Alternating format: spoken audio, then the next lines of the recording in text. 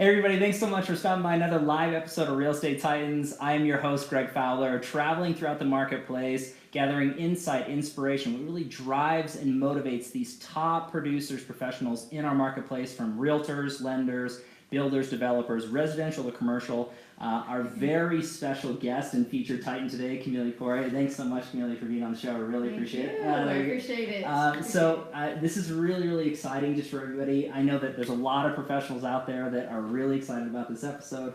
Getting to know who you are as a person, a professional, getting a little window into who you are and what you represent. So let's just dive in, if that's okay. That's okay.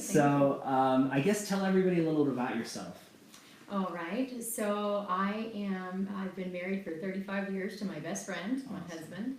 I have 5 grown children, 6 grandchildren now. Wow. Super excited about that. And I absolutely love living in Colorado. Can't say I'm a native, but sure wish I had been. Awesome. Love living here, love the great outdoors. Biking is probably my biggest passion, and gardening.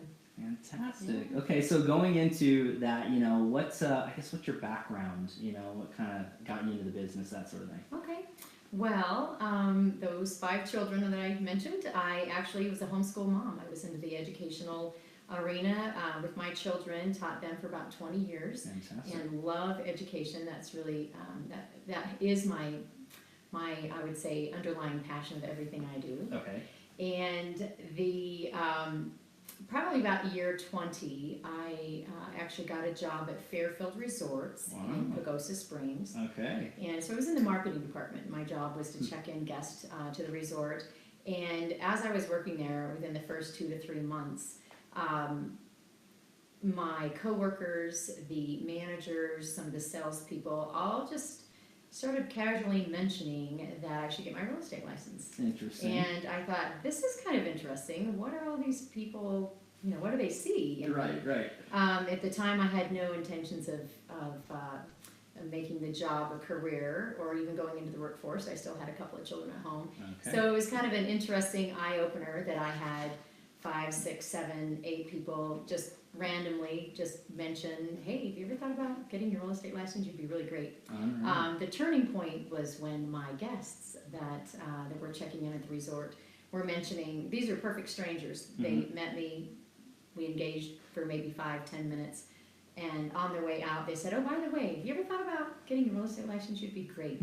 Just keep saying over and over I'm and over like, again. maybe people are seeing something in me that I don't see. So eventually I really I took that to heart, and I thought, okay, well, if other people see that in me, maybe that's the route to go. And so that is actually literally how I got into real estate. I tell everybody, I didn't choose real estate, it chose me. That's so perfect. Yeah, so that's kind of a fun story. But so that's really the background, being a homeschool mom, raising my children, getting into real estate via that job. Okay. So that's how I got here. And that's a beautiful path. I mean, consistently, just person after person, seeing insight or inspiration into who you are as a person, saying, hey, have you thought about this? Have you thought about this? I know there's a lot of professionals out there that are thinking about it, but I guess those are just doors that are opening, and we don't have to walk in every one, but obviously you took the leap, and you felt it right, and you're where you're at right now. Yeah. So I think that comes into play as far as, tapping into what's your why. I mean, Camellia, what gets you out of bed in the morning? What really motivates you and drives you to do what you do to the level that you do it at over all this time in your career? Right. Well, I can honestly say the same thing that got me out of bed when I was raising those 5 children. It's the same thing that gets me out of bed. It really is knowing that my life matters, that there are people that need me, that I have something to give and to offer other people. It's very exciting to know that when you wake up, you have been given another day, and it's a gift. And so I certainly don't want to waste the gift of another day. And so so my why is getting up and saying, who is it that I get to help, that I get to encourage, that I get to bless with my life? I think if I have breath in me to live, it's to give to another person something that I either know or have learned. Sure. So, yeah. I think that's a part of your soul and your background and the representation that you have as far as your personality in the community. It speaks for itself. It really does speak volumes that way, is your giving nature. You're wanting to help and give back. And I can say that I'm sure your clients feel this way, but I know that other professionals who know you and respect you in this community, they see that that giving nature, that inspiration. So that's really, really cool, tying into your why when it comes down to it. So if you could look at the business side of this, kind of driving a little bit further, if you could pinpoint maybe one or two things that you added to your business over this time, you've had great success that took your business from one level to the next. For anybody out there who may be watching, a newer professional or even a seasoned professional, what does that look like for you in your business? Okay, so turning points. That's a really good question. Okay. And I think everybody has a different turning point. I think your background really dictates really where your business, how it starts and where it goes. And so I did not have a professional background, except for in education and with my children. But I think for me, it was I can honestly say there were two things that were turning points. So can I just say two things? Oh yeah, absolutely. I think one was mindset. One day I thought to myself, I had been in the business for a few years. I hadn't started residential real estate yet, but I had been in the business for a few years, and I'd always said to myself, if I'm going to do anything, I better do it the best I absolutely can, right? Wow. And I just noticed that I kind of hadn't bought into the idea that I was going to be a professional real estate agent. I was just kind of doing it, I guess maybe like as a hobby. Interesting. Just kind of coasting, and I thought one day, I'm a businesswoman. I better start treating my business like a business. Wow. That mindset change for me was huge. Okay. And that literally was like night and day. The other thing, so Greg, I was a solo agent for about 10 years. Okay. And the last 2 years, I actually started a team. And I think that was also, it was a mindset change. Sure. Of not just doing this solo, but taking it to the next level and starting a team. So that, I wish I would have done it sooner now. Okay. Because I love it, and it's the best thing ever. But those two things really probably launched my business like a rocket launch. Okay. Just completely changed it overnight. It wasn't easy, but it did change. And I think that's big that you mentioned a few of those things that a lot of other professionals that are out there that are tuning in. I mean, it is a mindset right off the bat. I mean, that can adjust anything in your life, business, personal, whatever the case may be, relationships along those lines. But then you're taking it to another level by starting a team and doing that and diversifying and delegating. I think that's important too for you to scale what you're doing. So that's awesome. You know, you said there was challenges in there as far as that's concerned. I mean, was there anything that stuck out to you or any advice you could give to anybody out there to say if they're starting a team or if they're going that way? I mean, I know this is kind of off the cuff, but... Well, I think first of all, if you're not everybody sees their business as their real estate career as a business. So I think that's the first thing. Right. And with any business, it's all about growth, right, and maximizing all of your efforts. So I was sitting in my office one day, saying literally to myself, if I could just do this one thing,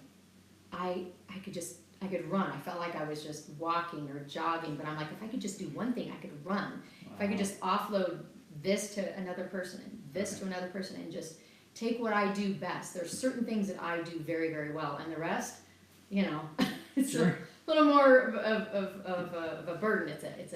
It weighs me down a little bit. Right. So the idea of bringing people on to take on those other tasks so that I can do what I do best really was, I think that's the mindset. So for anybody who's feeling like overloaded and weighed down with all the business that they have, you can only do so many deals as a solo agent. Right. You really can. Your business can only get to a certain level.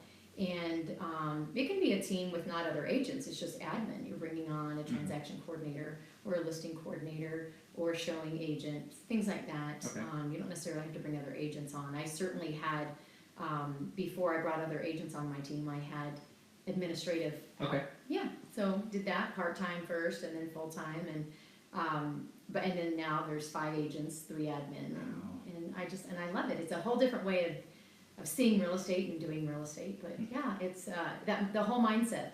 Okay. And I didn't dream that up. I was watching, looking for other team models, and it took me a couple of years but as soon as I saw the team model that I wanted, it was like overnight, made the decision, and within 3 months I had started my team. So Wow, yeah. and just like that, and that's so beautiful about you constantly growing and learning and changing, and your career, just as life. I mean, that's a constant thing, is change, Right. and as long as you're progressing in a positive manner, I think that's really, really big. Yeah. So a lot of good advice out there for everybody to take. Hopefully you took good notes on that one. So let's go into a little bit more of a challenging question. So it's when we're all dealing with life, and everybody has challenges, whether they're dealing with them now into the future or they've already been through it. But what really separates everybody is those challenges. What we do to overcome them and how we get through them really shows who we are. So is there a challenge that you could think about that really you dealt with in your life that you overcame that made you a stronger person because of it, that you wouldn't mind sharing? Sure. Well, that's a very personal question. Sure. And I guess we can, Greg, what I'd really like to say and be a little vulnerable to the crowd would be really, I like how you preface the question with the challenge could be at any season of your life. Right. At any time it could have hit any area of your life. I'm very fortunate that I haven't had too many health issues. I've been married for 35 years, not that it wasn't hard at times. Sure. Have 5 amazing kids. I can say I've been very blessed, very, very blessed. But I think my heart goes back to my childhood. Okay. And I think that, for anybody who had a hard childhood, you have, excuse me, you have things that, you have voices that you hear sometimes that you have to dismiss. And you have, I think for me, Greg, I have to say that my past, overcoming the things that happened in my childhood and my past, and not bringing that into my present and my future, drawing a line and saying that was then, this is not now. Right. I married young, and my husband has been the biggest blessing to me in my life, and my in-laws, and I've had a lot of support. But I will say, there is not a day, the discipline that I have adopted in my life to overcome some of the challenges of my childhood. I started those disciplines fairly early on. I was quite a young girl. Wow. And they were to look in the mirror every day, and I still do this today. Okay. I've been doing this I'm in my mid-50s. I've been doing this for a really long time. Wow. To look in the mirror and tell myself all those things that are true that maybe I did not hear as a child. Okay. That I'm a leader. I'm born to lead. I'm beautiful. I'm smart. I'm strong. Fear will not have, it will not lead my life. And so for me, I would have to say it really was my childhood. And okay. I know there's a lot of people that struggle with that. Sure. The voices. And if I could tell anybody who had that, it's like, hey, identify the lie and replace it with the truth. And never forget to remind yourself of what the truth is, because those lies, they like to creep up. So, so anyway, that's just a little overview, I guess. And sorry if it got a little too personal. No. That was huge, Camellia. And I know that there's so many people out there that they can resonate with the way that they were raised, and it's not all sunshine and roses. Yeah. But I think that something that should echo through everybody watching this is how strong you are. And there's lots of people that let things in their life defeat them or put them in a place where it's hard to come out. No matter what we deal with, looking at it and saying, I can get through this, and it's okay, and we all deal with these things, and keep pushing forward. You obviously did that. And you didn't let things that you dealt with in your childhood defeat you. That's right, yeah. So, that's the ultimate message that hopefully everybody takes away. And thanks for sharing, Camellia. That is not easy to do, like kind of airing out your laundry out for everybody. But I know that I appreciate it, and so do a lot of professionals out there that are watching this. So thank you. Now let's go into a slightly softer question out there for everybody and for us. So if you could travel back in time and maybe pick and choose 1 or 2 things that you might say to your younger self, a piece of advice or 2, what does that look like for young Camellia? Okay, that is a really good question. So, I was 42 when I got into the business. Okay. So, knowing what I know now, back then Okay. at 42, That's or good. even in my mid-30s, Okay. as a mom and teaching my children and running a homeschool support group and mentoring other moms. Wow. In that lifetime, I probably would have said, hey, Camellia, there's a whole nother world out there. You just haven't seen it yet.